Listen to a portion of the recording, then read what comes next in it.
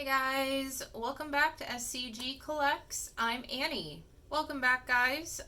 So this past weekend was Matsuricon. So Matsuricon is one of the two major conventions that happen in the city I live right outside of. I usually call it like the summer festival because it's the big, anime Japanese culture festival they have in the summer.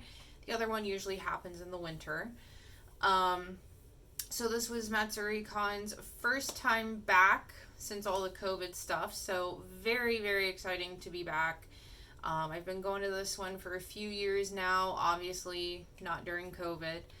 But I thoroughly enjoy conventions. I spend too much money at conventions. Don't we all? But it's kind of become a thing for me and my two best friends. And we just really love going. So this year I did cosplay a little bit. I'll throw a picture up on the screen here, but just kind of last minute ordered a little maid outfit with a pink wig. The ears that I had on, those are something that my friend and I, we each bought a pair at like the very first convention we ever went to together, and I don't think I've ever gotten to wear them, other than like that first convention where we bought them. We just kind of wore them around to be funny. So I was like, man, I really need to wear these ears. I need to cosplay with these ears. So like I said, kind of last minute ordered a just basic maid outfit and a pink wig, and walked around on Saturday in that, and it was so much fun. My feet though are still recovering from the shoes I decided to wear. Don't know if there's ever gonna be a way to make those shoes more comfortable, but I love the way they look, so I might just suffer and keep wearing them for other reasons. Anyways, purpose of this video was not just to talk about this con and what I did all weekend. Wanted to kind of get into, my con haul. What did I buy this weekend that I spent so much money on? Oh God. Really doesn't actually seem like that much, but still thought it'd be fun to take a look at some of the things I got.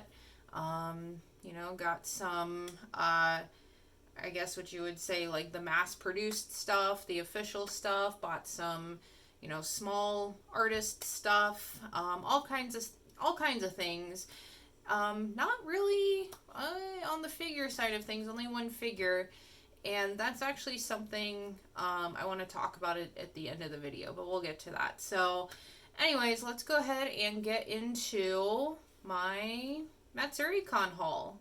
Alright, so first up, actually this was the last thing I bought. I kind of told myself I was done shopping because I could not find a Cinnamoroll plushie anywhere, even though I'd seen a girl walking around the day before with one, and I was like, oh, I have to have this.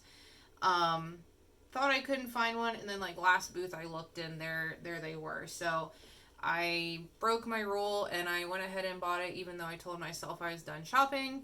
And I do not regret it because this dude is freaking adorable. Cinnamoroll is probably one of, if not the top favorite for me in terms of Sanrio characters. So yeah, and I always tell myself every convention, one plushie. Like, you get one plushie, pick your plushie. I also broke that rule this year, as you'll see later. But yeah, he's just so cute. How can you say no to this face? Like, come on, how could you not buy this? So he came home with me. Here he is. Very cute. Love it. Alright, so then we actually have a couple of model kits.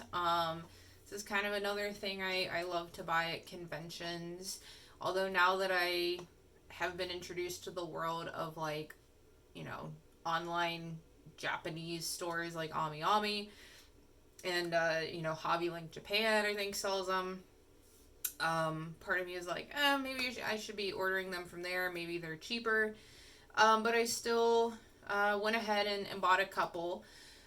So first up, of course, had to get the Zoids. So got my third Zoids model kit, Kotobukiya High-End Master Model kit. This time went with a not Liger. So this is going to be the Raven Raptor 1/72nd scale. So a dinosaur Zoid this time. Very excited to jump in and build this.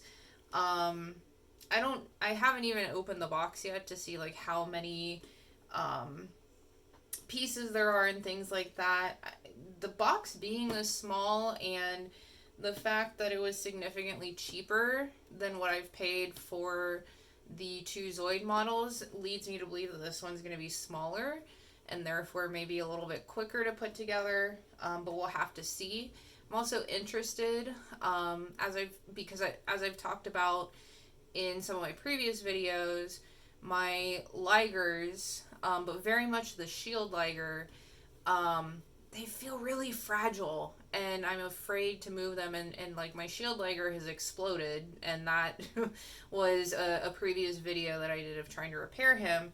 So I'm interested to see how a different style, a non-Liger Zoid, holds up. So I do want to try to at least partly build this on video. I don't know how I'm going to do that yet, because, you know, if this is going to take me 6 hours to build, I don't want to upload a 6-hour video or, you know, whatever. So I'll figure that out and we'll see what happens with that.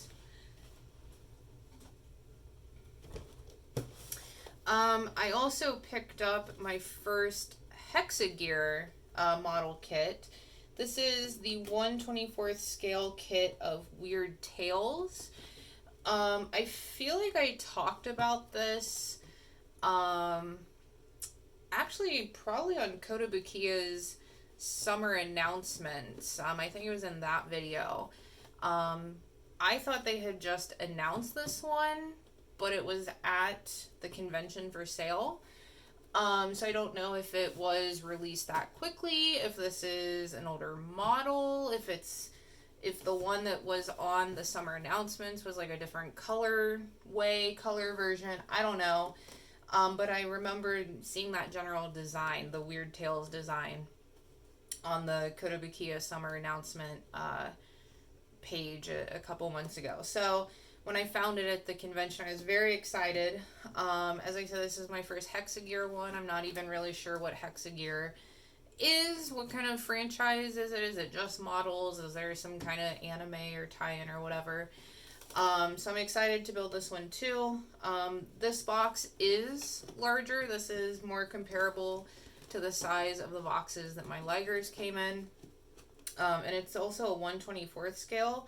So I'm interested to see how kind of like complex this one is going to be, how big it's going to end up being built. But I'd also like to try building this one on camera as well for a video for the channel. But, you know, same sort of limitations as with the Zoid. If this is something that's going to take me like 6 hours to build, don't necessarily want to end up releasing a 6-hour video. So we'll have to try to figure something out for this one too. To, you know, maybe feature some of it in a video as it's being built. Okay, moving on to more of the artist merchandise. So first up, I have this adorable pin. This is, I hope the camera focuses on this. So this is by an artist called Bunnies and Cream. They had all kinds of super cute pins, stickers. I think this booth also even had things like hand soaps and like wax melts in scents that they have kind of created. I didn't get any of those, but I thought that was a really cool idea. So as you can see, this is just a little pin of like a bunny head planet with a, ring and some stars around it. I really love Saturn, like, as a planet. Is that weird to have, like, a favorite planet? I don't know. But Saturn's, like, my favorite planet. I love the aesthetic of it, like, of a ringed planet, like, the earrings that I wear. I don't know if you can see them on the camera. Like, they're little Saturns. So yeah, I don't know, but I just thought the idea of a bunny head Saturn was so cute. So also, as I mentioned, this artist does a lot of stickers, and I picked up 3 of them. So the first couple, kind of following the bunny theme, we've got a bunny magical girl and a bunny hanging from a crescent moon, just very adorable. And then the third one, I'm really debating putting on my car because these are supposed to be like weatherproof, waterproof, like durable vinyl. But yeah, if you can't read unknown, it says "Okay, Boomer," and I just think that's flipping hilarious. And I do have a little space on my car, so might put that on there on the back and drive around and tell the boomers off if they can read it. So yeah, those are the 3 stickers. Again, artist is Bunnies and Cream, and I will include links to all of the artists that I mentioned on here down below in the description, because I want to give them a shout out, want to give credit where credit's due, and if any of you guys like the stuff that I show here, absolutely go and support them, because these are just I don't want to say small time, but they are not like the big vendors or whatever. So definitely take a look at the links below and maybe buy something from them, give them some support. So next up, I don't have this here. I actually took this to work to keep in my office. But the next item I'll show a picture of here on the screen. It is a traditional, or done in the style of a traditional Japanese good luck charm, or I believe the term is an Omori. I hope I'm saying that right. This one was by an artist called Bluelius. I think I'm pronouncing that right. So the one that I purchased, as you can probably see on the screen, is a kind of orange and yellow design. It has a koi fish on it, and the back is oh my god, it's not in front of me. I can't remember what it says. Well, it's you can see it there on the screen. And the reason I was drawn towards this one is, as I think I've discussed before, I am a licensed therapist, mental health person, and so I thought that would be really cool to hang in my office. And so it's kind of tied around the neck of a llama planter that I keep on top of a bookshelf in my office. So, anything to help bring the good vibes into a counseling setting, I am all for. So I really love it. I also got my boyfriend one, and I'll have to put a picture up of his too.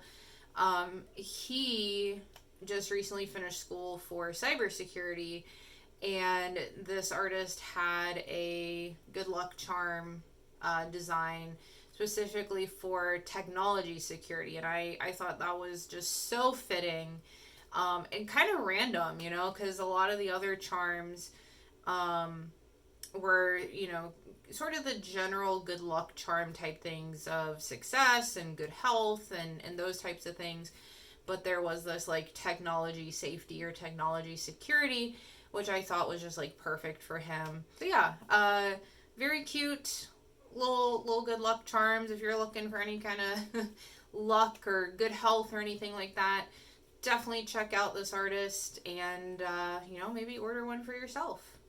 Next items come to us from a artist or art group, I guess I should say, called Captive Fancy.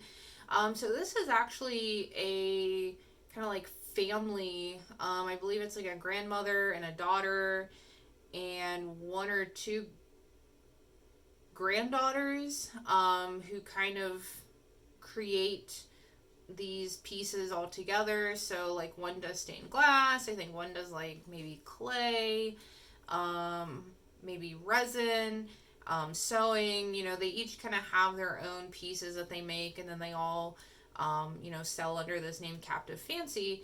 And so this is where I broke my one plushie roll, or I should say Cinnamoroll is where I broke my one plushie roll, because I actually bought a couple of handmade plushies from Captive Fancy. So in this case, we are talking about a couple of Dango. So I don't know if they specifically created these to look like the Dango from Clannad. If you guys are familiar with the visual novel or the anime, Dango kind of feature in that, and this is kind of what they look like. But, whether that was the intention or not, they do look like the Dango from said visual novel and anime, and said visual novel and anime is one of my favorites. So I was like, okay, I have to buy them. Like, their booth was one of the first ones kind of towards the front in the artist alley / vendor room. And so these were some of the first things I saw. And of course I was just immediately like, all right, there we go. That's it. Like, that's where I'm spending my money. They're super cute, super, squishy and huggable, made out of felt. I got 2 of them because the booth was offering a deal of, you could buy like 3 mini ones to stack up, or a medium and a mini to stack, and I just didn't feel right not being able to stack a couple of them. So I got 2, a pink and a purple. They are adorable. They're going to be sitting on top of one of my D12s back there. So, if the camera is angled high enough, you'll see them sitting back there behind me in future videos. But yeah, definitely check out this artist or this group. Like I said, they do all kinds of cool stuff. Their stained glass is incredible.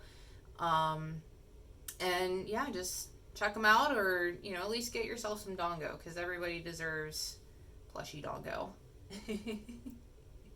Okay, just a couple more things in this weekend's haul. So this next one is an art print. I've already got it framed. And I just use like the $5 Walmart frames because, well, when you spend so much money on the stuff, you only have so much money left to frame it and put it up and all that and whatever. But this is an artist named Omori. And the art print that I picked up from them was from, is of My Dress Up Darling. So I just recently finally watched this anime in its entirety. I know it's only been out a couple of months, or, the full first season has only been fully available for a couple of months. But I'm still like, oh my god, why did I wait so long to watch this? I adored this anime. I love Marin, her outfits. And so when I saw this print, I was like, I have to have this. Like, hello, best girl, all of that.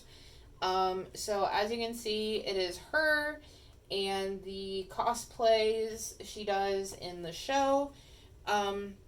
I'm not sure who this in the corner is, and my boyfriend even asked when I brought it home and he saw it, because he kind of sat through the anime with me.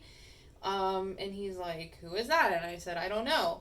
And I know that there is the manga for this that I think is further ahead, of course, than the anime. So I don't know if this is an outfit that maybe she wears in the manga only at this point. But if anybody knows who this person in the corner is, definitely leave me a comment because I'm very curious. But the other detail I really love is they have him in the middle, of course, with his tape measure, but he's holding the little doll head that he like walks around with and talks to at times. And I just thought that detail was so cute, so good. So yeah, I love this print. I love this anime. This artist had a lot of great stuff. I also bought a keychain that I forgot to grab to show on this video. But it is a Genshin Impact keychain that the artist did. They had a whole series or kind of collection of them of Genshin Impact characters with Pokemon that they kind of seem to match with or go along with. And I got, I want to say you pronounce her name like Ki Ching with Espeon. And I got that because I actually have an Ida bag that I take to conventions that is like half Espeon, half Sailor Saturn. So I put that keychain on there and it looks very cute. But yeah, the artist, Amore, had all kinds of cute stuff, keychains, art prints. So definitely take a look at the link below. Check out some of their stuff. I don't think their web shop had a lot of stuff for sale right now, but they are fairly active, at least on Twitter. And I think they're actually like a kind of indie VTuber even. So might even be able to check them out on Twitch sometime. So definitely look them up. All right. So that does it for the artist items. So as I said in the beginning, I did purchase one figure at the convention. And I did save this part for last just because I have a little bit of a rant that I kind of want to do with this. So the figure I got, it was a pop-up parade figure. It is the pop-up parade figure of Holo from Spice and Wolf. So I just recently started watching Spice and Wolf. I'm honestly probably only 7 or 8 episodes in, but it is really good. Part of the reason I started watching it and part of the reason why I wanted this figure is I actually saw, I think it was Gwen Collect's review of this pop-up parade. Like, she bought this one because it's one of the few figures, at least at this point, that is readily available of Holo in her kind of original outfit. And I pretty much agree with what she said in her review of the figure itself. You know, for a pop-up parade, it is pretty well done. There are a couple spots where I found where, you know, there was some paint that went outside the line, so to speak. But overall, it's really nice. You know, the face is done nicely. I like the little detail that she comes with of a bit of wheat to hold in her hands. The base is the standard annoying hexagon. Is it 6? Yeah, hexagon pop-up parade base, but it's at least a color that matches. It's an orange color. So yeah, I really do like this figure. The reason though that I bought her at the convention, I went into the convention saying, okay, I have a lot of figures on pre-order. I have a lot of money that's coming out for figures over the next few months. So if I buy a figure at the convention this year, it's probably going to be like a prize figure or pop-up parade, something where quality control is usually much less guaranteed, and I have the figure kind of right there in my hands that I can look at it before purchasing to make sure it doesn't look like garbage. So I kind of had already gone into the convention planning to not really buy a lot of figures, and if I did, it would be like the cheaper figures. Once I got to the convention though, and I saw the vendors with the figures, and I guess I should note, like, this is my first time going to a convention now since I really seriously got into figure collecting. Like, even the convention I went to in January, February, was still very early in my figure collecting, understanding journey, so to speak. And not to say I'm like an expert now, but I definitely have a lot more knowledge. And so when I saw the figures being sold there and the prices and everything, like, I nearly died. Like, there were so many scale figures there that I want. Like, they are on my wish list. They're not necessarily easy to find. Like, the one example that comes to mind is the scale figure of Merlin from Fate, made by Alter. He was at one of the vendors. He was there for sale. And I was like, oh my god, yes, like, I really want this figure. Not necessarily something I see come up a lot, though I haven't necessarily actively been looking for him. But, you know, I asked the vendor, like, how much is this? And I want to say he said it was over $300. And, you know, I understand figure prices are going up, and I understand that they're probably trying to get their money back from being the people who are, you know, like, ordering these figures from Omamori or wherever, and paying for the shipping and then, you know, dragging them around to these conventions to sell in person. But, like, it just blew my mind because I immediately went on, like, my figure collection, and I think I even, like, checked Solaris just to kind of try to figure out what this specific figure was going for otherwise. And I think, you know, on Solaris, which I know Solaris is usually one of the more expensive ones, like, Solaris, you could buy them brand new for like $300. And so now I'm remembering the vendor said that they were selling him for like $400, like over $400. And I found him on Solaris for like 300 some, brand new. Like, I think they had a used one for like, I don't know, $250 or something. So to hear that they wanted $400, and it was like that for basically all the figures. Like, they had a bunny figure. I can see her in my head. I can't think of her name though, because she's one that I've kind of looked at and I've been like, oh, that's a cute one. Like, I don't know the show she's from, but I'd probably own her if you know, I had the chance, whatever. Like, she was listed for $500. There was a figure, another one I've been looking at off and on.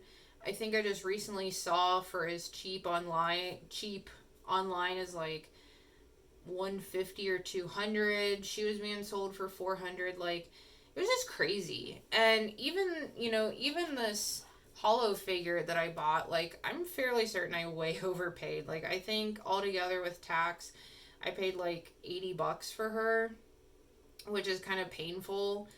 You know, because I think her original price was like $40 or $50, maybe even less.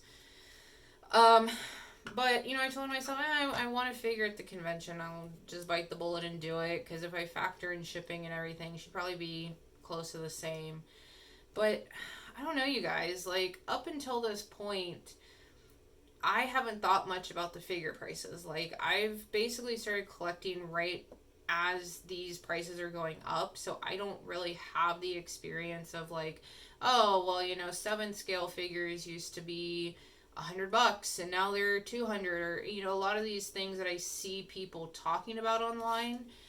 But the price for buying these in person is really just what blew my mind. And again, I know people have to make up the shipping costs and make up the cost of traveling to these conventions, but like, all I kept thinking to myself was, I could go online and order 90% of these figures, you know, from Omamori, from Solaris, from Hobby Link, like whatever website, you know, or if I took the time and figured out how to do it, you know, maybe find them on Yahoo Japan auctions and just get them for so much cheaper. And I just feel kind of bad for the people who go to these conventions and maybe don't know any better. And I know I just like 6 months ago was still like that. Like I wouldn't have known, um, you know, but I don't know, guys. Like it was just crazy. And yeah, I guess that was my point. Is really expensive figures at the convention. That's all I have to say, I guess. So yeah. Have you guys encountered that? Have you guys gone to a convention and seen ridiculous figure prices like that? Let me know. Leave me a comment. Um, so yeah, that wraps up my Matsuricon 2022 haul. Um, Thanks so much for watching, guys, for sticking around and let me show off all this stuff. If you've got any questions, any comments, thoughts, whatever, again, leave me a comment down below. Like, subscribe, all that good stuff. And I will see you guys next time.